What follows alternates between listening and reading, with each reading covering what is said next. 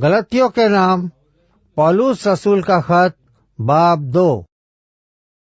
आखिर 14 बरस के बाद मैं बरनबास के साथ फिर यरूशलेम को गया और तीतुस को भी साथ ले गया, और मेरा जाना मुकाशवा के मुताबिक हुआ। और जिस खुशखबरी की गैर कौमों में मनादी करता हूँ वो उनसे बयान की, मगर तन्हाई में उन्हीं लोगों से जो कुछ समझे जाते थे, ता ऐसा न हो कि मेरी इस वक्त की या अगली दौड़ धूप बेफायदा जाए। लेकिन तीतुस भी जो मेरे साथ था और यूनानी है, खतना कराने पर मजबूर न किया गया। और ये उन झूठे भाइयों के सबब से हुआ जो छिप कर दाखिल हो गए थे और चोरी से घुस आए थे, ताकि उस आजादी को जो हमें मसीह यीशु में हासिल है, जासूसों के तौर पर दरियाफ्त करके हमें गुलामी में लाए।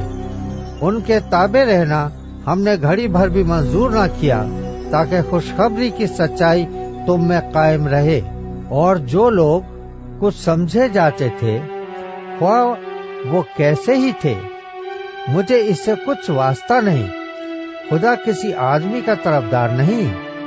उनसे जो कुछ समझे जाते थे मुझे कुछ हासिल न हो। लेकिन बरक्स इसके जब उन्होंने ये देखा कि जिस तरह मख्तूनों को खुशखबरी देने का काम पतरस के सुपुर्द हुआ, उसी तरह नामख्तूनों को सुनाना इसके सुपुर्द हुआ।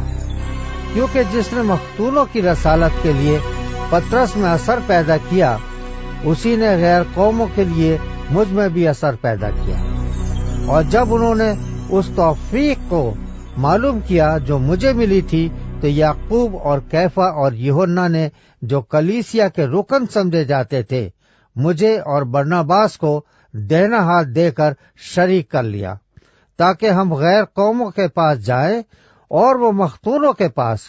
और सिर्फ ये कहा कि गरीबों को याद रखना, मगर मैं खुद ही इसी काम की कोशिश में था।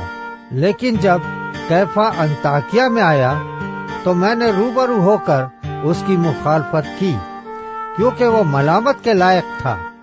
इसलिए कि याकूब की तरफ से चंद शख्सों के आने से पहले तो वो गैर कौम वालों के साथ खाया करता था, मगर जब वो आ गए तो मख्तूनों से डरकर बाज रहा और किनारा किया।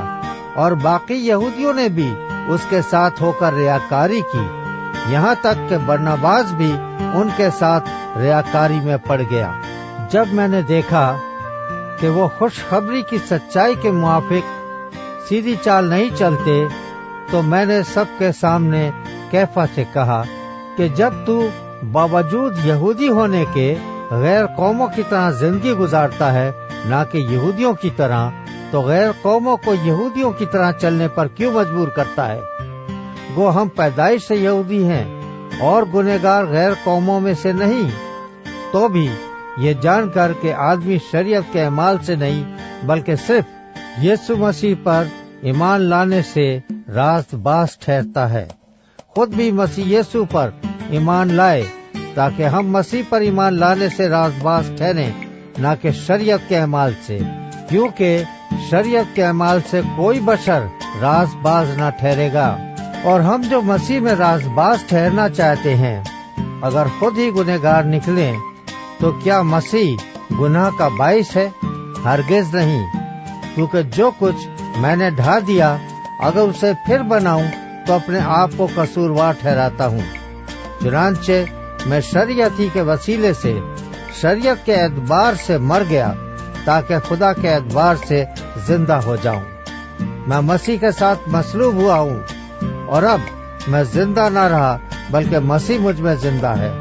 और मैं जो अब जिस्म में जिंदगी गुजारता हूँ, तो खुदा के बेटे पर ईमान लाने से गुजारता हूँ, जिसने मुझसे मोहब्बत रखी और अपने आप को मेरे लिए मौत के हवाले कर दिया।